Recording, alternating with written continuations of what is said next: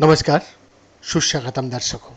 जी हाँ, आज एक ऐसा खबर है जो हर मनुष्य का मन में आए दिन आता रहता है। जी हाँ, आत्मा का स्वरूप को समझना आत्मज्ञान है। अंग्रेजी में इसे सेल्फ रियलाइजेशन कहा गया है। आत्मज्ञान के अभाव के कारण व्यक्ति इस संसार में राग, देश, कलेश के कारण दुखों को प्राप्त करता है। समझदार व्यक्ति आत्मज्ञान प्राप्त कर इस जन्म का साथ अपने अगले जन्म के सुधर कर मोक्ष प्राप्त करता है। मनुष्य जन्मों की सार्थकता इसी में है कि वो समय रहते इस सत्य से अवगत हो जाए कि जन्म लेने का बाद उसका अंतिम लक्ष्य मोक्ष प्राप्त करना है। धर्मों शास्त्रों में मानव शरीर का विषय में कहा गया है कि ये भाव सागर को पार ले जाने के लिए एक नौका समान है। इस देह में जो जीवात्मा का निवास होता है वो परमात्मा से जुड़ी हुई होता है। आत्मा को पहचानना ही आत्मदर्शन है। परमात्मा आत्मा की परम रूप। साधारण इंसान परमात्मा को अपने से अलग समझता है, परंतु आत्मा और परमात्मा अलग अलग नहीं बल्कि एक ही परम तत्व के दो नाम है। अंतर सिर्फ इतना है कि परमात्मा आत्मा की परम रूप है। परम का अर्थ संपूर्ण या विराट।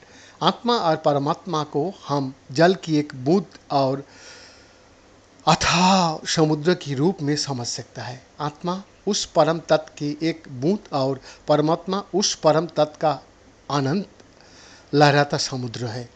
आत्मा, परमात्मा और शरीर के संबंधों के समझाने के लिए धर्मशास्त्रों में अनेक उदाहरण प्रस्तुत किया गया है। मानव शरीर एक घड़े के समान है। इसका अंदर आत्मा उसी प्रकार से विद्यमान है जैसे घड़े का अंदर समाया हुआ विराट सागर। एक बड़ा यानी कि एक घड़ा लेकर जब हम उस घड़े में सागर से पानी भरेंगे तो घड़े के अंदर समय जल का ही हम आत्मा खाएंगे और इसका बाहर स्थित अथाह समुद्र को परमात्मा का अंश आत्मा शरीर रूपी घड़े का अंदर उसी प्रकार से विद्यमान है जैसे अनंत समुद्र की कुछ बूंदों को घड़े का अंदर भरा हो। इस दृष्टांत को समझाने के लिए कबीरदास जी ने कहा है, जल में कुंभ, कुंभ में ही जल है, बाहर भीतर पानी, फूटा कुंभ जल जल ही समाना, ये तत्व कह ज्ञानी।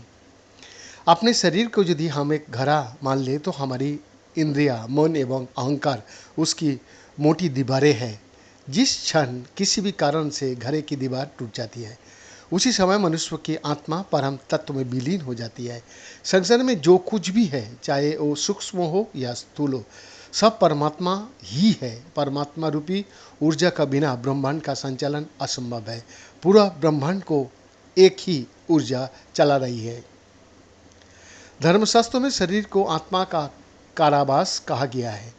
शरीर त्याग के समय शरीर बंधनों से जकड़ी हुई आत्मा का दशा सांप छछूंदर जैसी हो जाती है, क्योंकि शरीर का बंधन एवं मोह आत्मा को उस शरीर की ओर आकर्षित करता है और जब शरीर उस आत्मा को संभालने का लायक नहीं रहता है तो व्यक्ति का आत्मा शरीर का कारावास तोड़कर बाहर निकलती है, जिसे मृत्यु कहता है। किसी भी व्यक्ति का मृत्यु होने पर दुनिया वाले उस व्यक्ति का अंत मान लेता है, परंतु धर्मशास्त्र के अनुसार मृत्यु अन्य नहीं प्रारंभी है।